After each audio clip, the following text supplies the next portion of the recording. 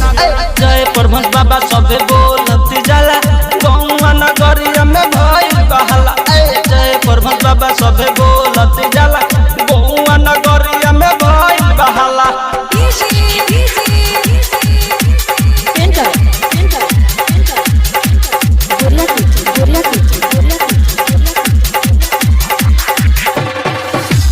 सभा के बाबा रउआ करी ले उदार